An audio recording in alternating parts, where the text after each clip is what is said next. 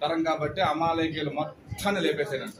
మొత్తానంటే చిన్న పిల్లల కాడి నుంచి పెద్దవాళ్ళ వరకు, ఆడవాళ్ళ వరకు, ఈవెన్ వాళ్ళకి కలిగినవన్నీ కూడా సమస్తం, అంటే ఈవెన్ ఒక్క ఎద్దు కూడా బతకడానికి లేదు. మొత్తాన్ని దేవుడు చంపేయమంటాడు, సమస్తాన్ని నాశనం చేయమంటాడు. ఇది తండ్రి అయిన దేవుడు అనగా యేసయ్య తండ్రి సమూయేలు ద్వారా సౌలు చెప్పిన మాట. సౌలు ఏం చేస్తాడు చెప్పండి ఒకసారి. సౌలు ఏం చేస్తాడు? కనిపించింది, బలంగా కనిపించింది.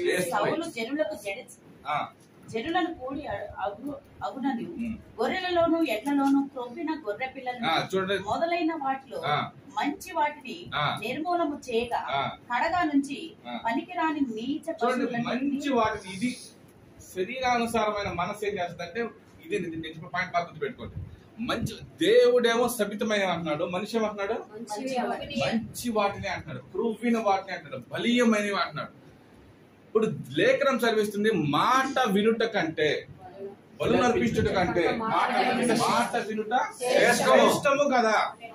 చాలా మంది సోద చెప్పు వారితో సమానంగా మారిపోయారు. ఎందుకని అంటే తిరుగుబాటుతనం ఎక్కువైపోయింది.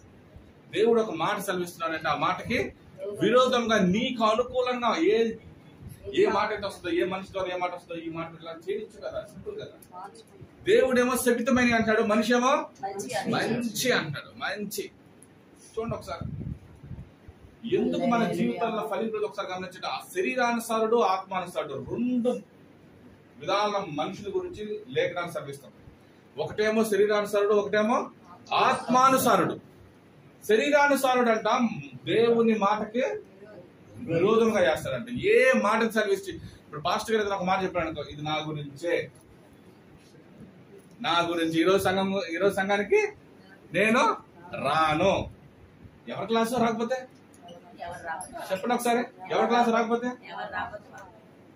పోషించే దేవుడు కాకి ద్వారా కూడా పోషిస్తాడు.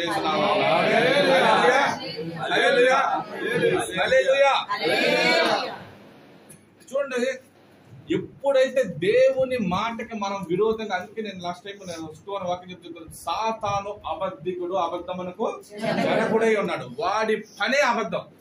దేవుడి మాట ఏదైతే చెప్తాడో వాడి పని దానికి విరోధంగా చేస్తాడు. శరీరానుసారమైన మనస్సు అంటే సాతాను క్రియలను మనకు నెరవేర్చడం చేస్తుంది.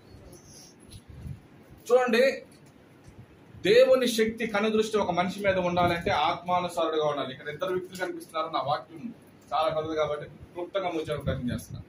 సౌలు దేవుని మాటకి విరోధి, దావీదు దేవుడు